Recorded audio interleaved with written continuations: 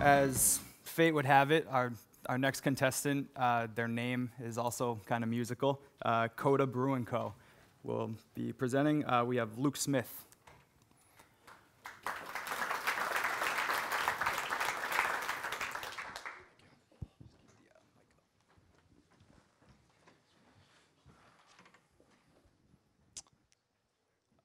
Yes, two musical breweries back to back. That's kind of cool.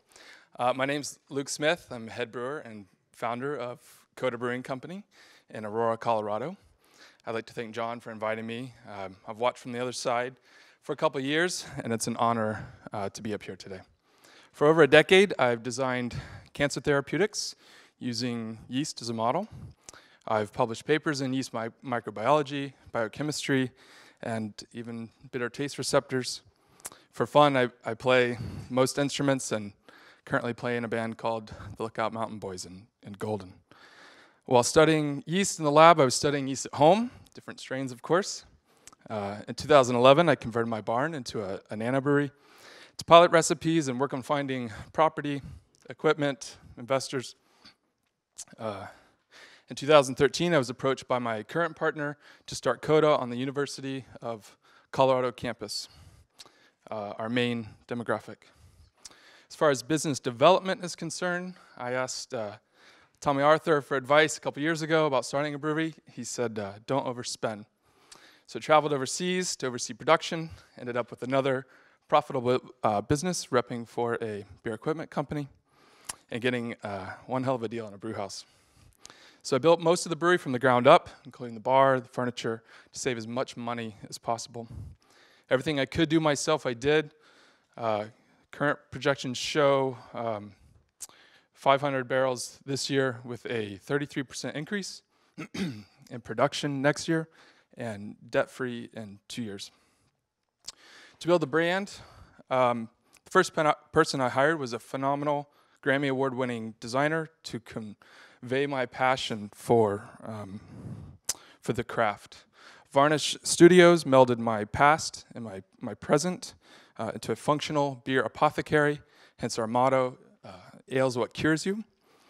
Along with Studio Schultz, these guys showed me that my vision was simply an extension of the scientist, the musician, and the brewer.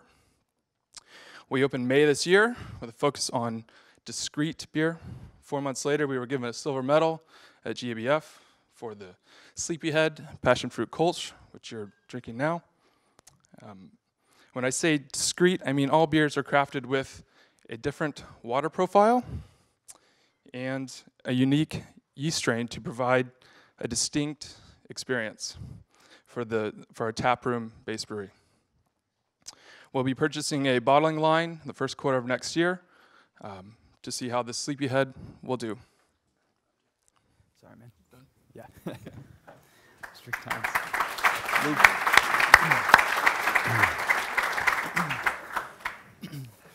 So how is it? I like it. Yeah.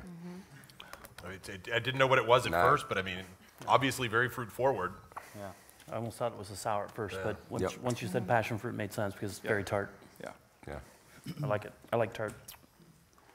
So what do you guys make of? What category did it win in? American fruit beer.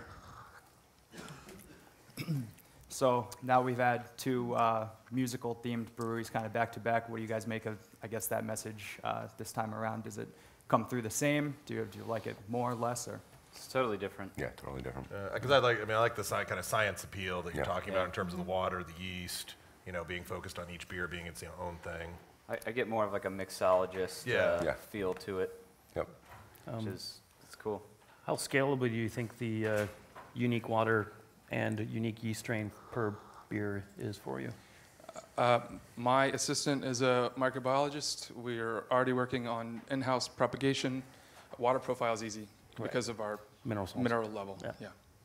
You guys have really soft water then? Exactly. Yeah. Single-digit part per million Cool. ions. I think the branding's beautiful. To be honest with you, I think it's really elegant, and there's kind of an old world romance to it. And I don't know if I was drawn to an old 33 label or kind of an apothecary at the same. I don't know if that's intentional, but it's kind of where my mind went. So Very really nicely done. Very intentional for the apothecary. Yeah. I mean, our mason jars are on the slide over there, very medicine jar. Yeah.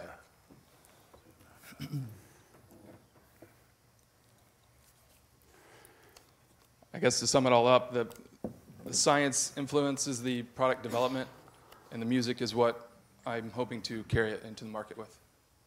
I've been collaborating with Kyle Hollingsworth from String Cheese. I'm pouring at his event at the Fillmore in Denver this Saturday. I've collaborated with the Black Seeds, a reggae band out of New Zealand. Yeah. I have a stage in the brew house. We're doing live music right now.